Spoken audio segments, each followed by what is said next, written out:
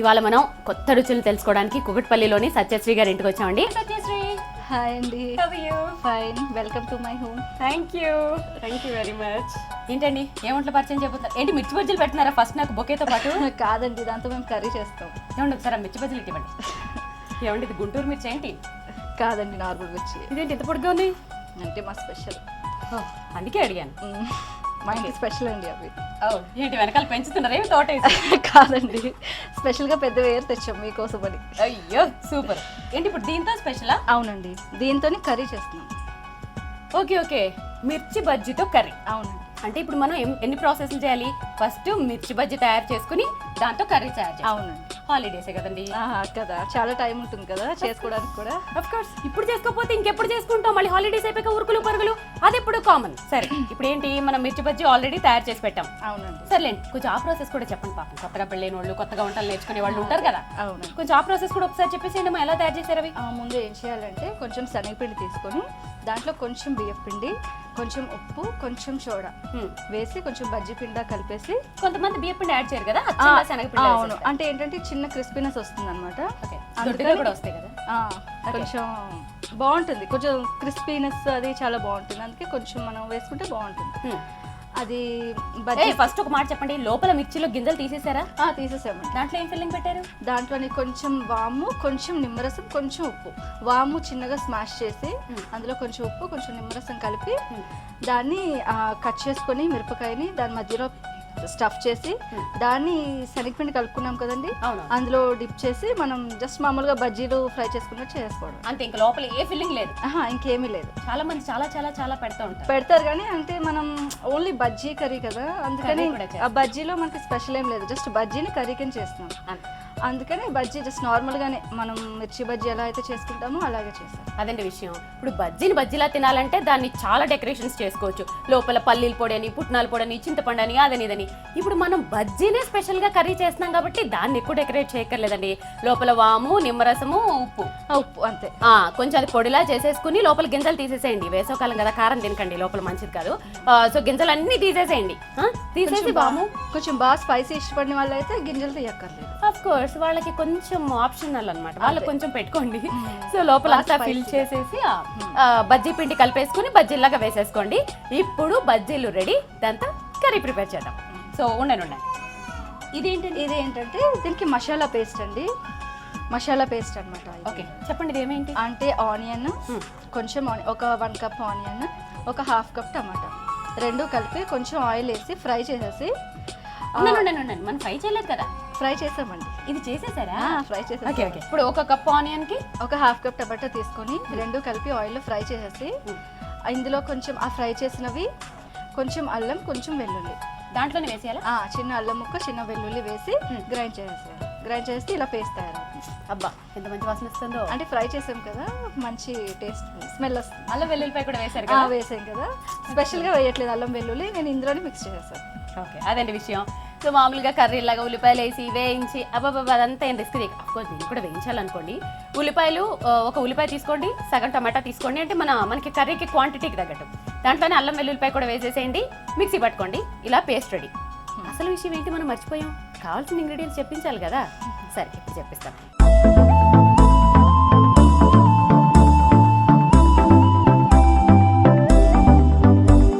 సత్యశ్రీ గారు, ఇప్పుడు ఈ మసాలా పేస్ట్తో పాటు ఈ మిర్చి మసాలా కర్రీకి కావాల్సిన పదార్థాలని ఒకసారి చెప్పేస్తారా?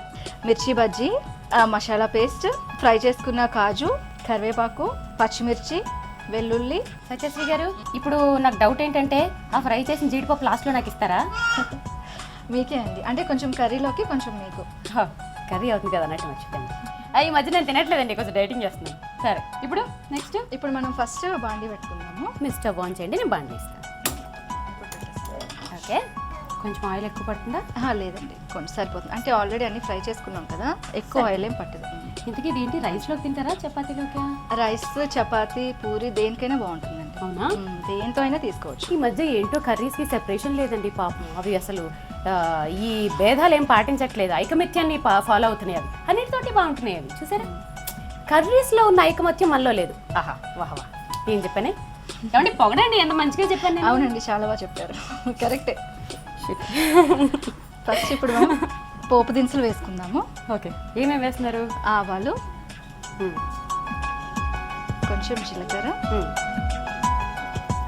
మినపప్పు కూడా కొంచెం, చాయ్ మినపప్పు. చాలా రోజులైంది పొట్టు మినపప్పును చూసి. అదే, కొంచెం వెల్లుల్లి అండి, కొంచెం స్మాష్ చేసుకున్నాం. ఓకే, ఆల్రెడీ మనం పేస్ట్లో వేసాం, దీంట్లో కూడా వేస్తాం. ఎక్కడ నేర్చుకున్నారండి ఇది? ఇదా ఓన్ ఐడియా అండి. ఏ మిర్చి బజ్జీ తిని బోర్ కొట్టి ఇలా కనిపెట్టారా? ఒకసారి మేము ఎక్కువ బజ్జీస్ వండేసుకున్నాము, వండేసుకొని దాంతో ఈ కాన్సెప్ట్ మిగిలిపోతే బేసిక్గా ఆడవాళ్ళకి పడేయడం నచ్చదు కదా. అదే కదా, కొంచెం ఎక్కువ మిగిలిపోతే అప్పుడు నేను ఆలోచించాను అనమాట, ఎందుకు ఇలా కర్రీ చేయకూడదని. అప్పుడు నేను కర్రీ చేస్తే అది ఇంట్లో అందరికీ పెట్టాను, చాలా బాగుందని చెప్పారు. మిగిలిన మిర్చిలు కూడా పడేయకుండా తినేసాము. ఇలాగే మన రుచి చూడలో ఒకసారి ఒక ఆవిడ ఇడ్లీలతోటి కూడా చేశారండి.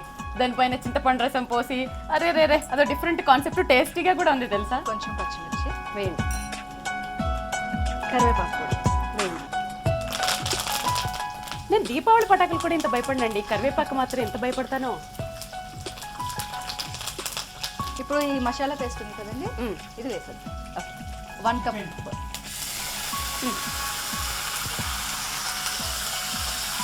ఇప్పుడు ఈ పేస్ట్ వేగాలి కదా. సరే, ఇప్పుడు అది అంటే కొంచెం సిమ్లో పెడదాము. ఈ లోపల మనకి చిన్న ప్రాసెస్ ఉంది. ఓకే, నేను చెప్పిన ఆ ప్రాసెస్ ఏదో గెస్ట్ చేస్తే ఏమిస్తారు? ఆ ప్రాసెస్ని నేను గెస్ట్ చేస్తే ఏమిస్తారు? కర్రీ టేస్ట్ చూపిస్తాను. అబ్బబ్బబ్బబ్బబ్బా, శ్రీవాణికే పంచ్. సూపర్. ఇప్పుడు మిర్చి బజ్జీ కట్ చేసుకుంటాం మనం. అవునండి. సరే, కట్ చేస్తూ మీ ఫ్యామిలీ గురించి చెప్పండి. అది వైజాగ్ మాది, అత్తయ్య వాళ్ళది హైదరాబాద్. ఓకే, ఆబ్వియస్గా ఇంకా. మీ వారు ఏం చేస్తుంటారు? ఎంతమంది పిల్లలు? మా వారు సాఫ్ట్వేర్ ఇంజనీర్. ఓకే, మాకు ఒక పాప. పేరు? సహస్ర. సాయి సహస్ర. ఎంత ఏజ్? 3 years. 3 years. ఇక్కడ అత్తయ్య వాళ్ళతోనే మేము కలిసి ఉంటాం. కంబైండా? కంబైండ్.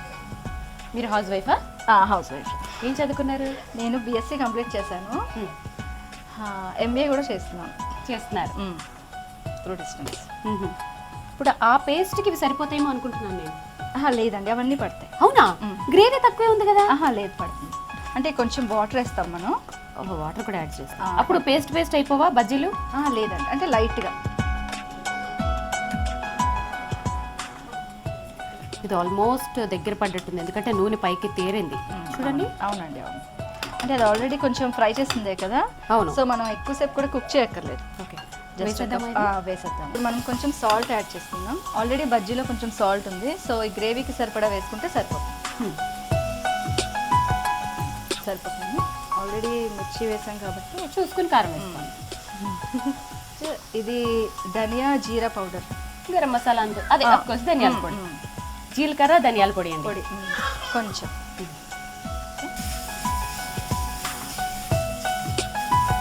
ఓకే, ఇప్పుడు కొంచెం వాటర్ యాడ్ చేయండి.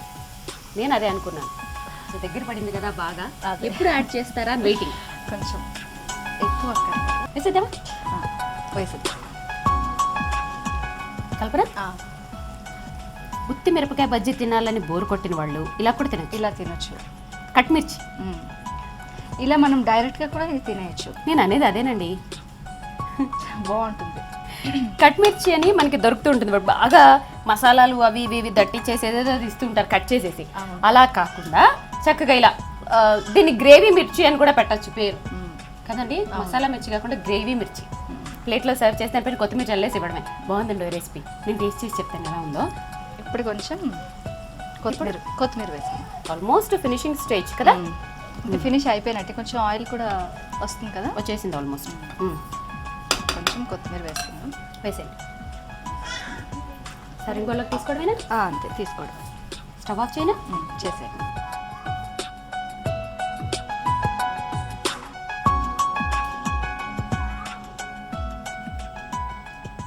దీన్ని మనం కొంచెం గార్నిషింగ్ చేసుకున్నాము. ఓహో, ఇప్పుడు వేస్తారా జీడిపప్పులు? వేయండి వేయండి. అంటే ఆల్రెడీ ఫ్రై చేసేసాను కదా అని ఇంకా ఇవి గీలో ఫ్రై చేసుకున్నాము.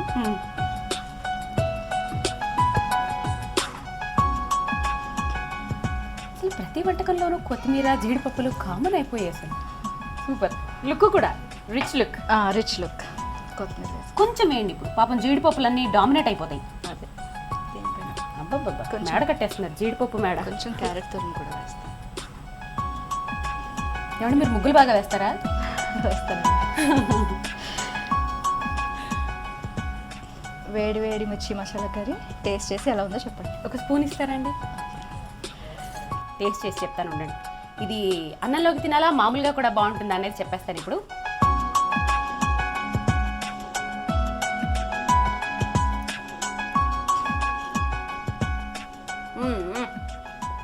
సీరియస్లీ సూపర్ అండి.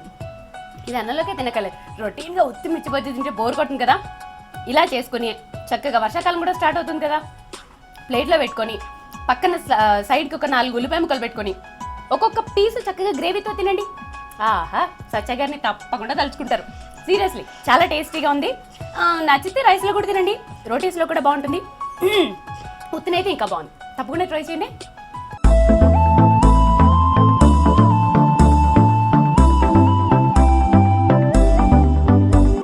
మరి మీరు కూడా ఇలాంటి సరికొత్త వంటకాలు కనుక తెలిసి వాటిని మన ప్రేక్షకులకి పరిచయం చేయాలనుకుంటే మీరు సంప్రదించవలసిన మా ఫోన్ నంబర్. మీరు కూడా రుచి చూడు కార్యక్రమంలో పాల్గొనాలనుకుంటున్నారా? అయితే మీరు సంప్రదించాల్సిన ఫోన్ నంబర్ 9010230555. తిరిగి రేపటి రుచి చూడు కార్యక్రమంలో ఎప్పట్లాగే 2 రుచికరమైన వంటకాలతో మేము ముందుంటాం. Till then, this is Shivani. Bye.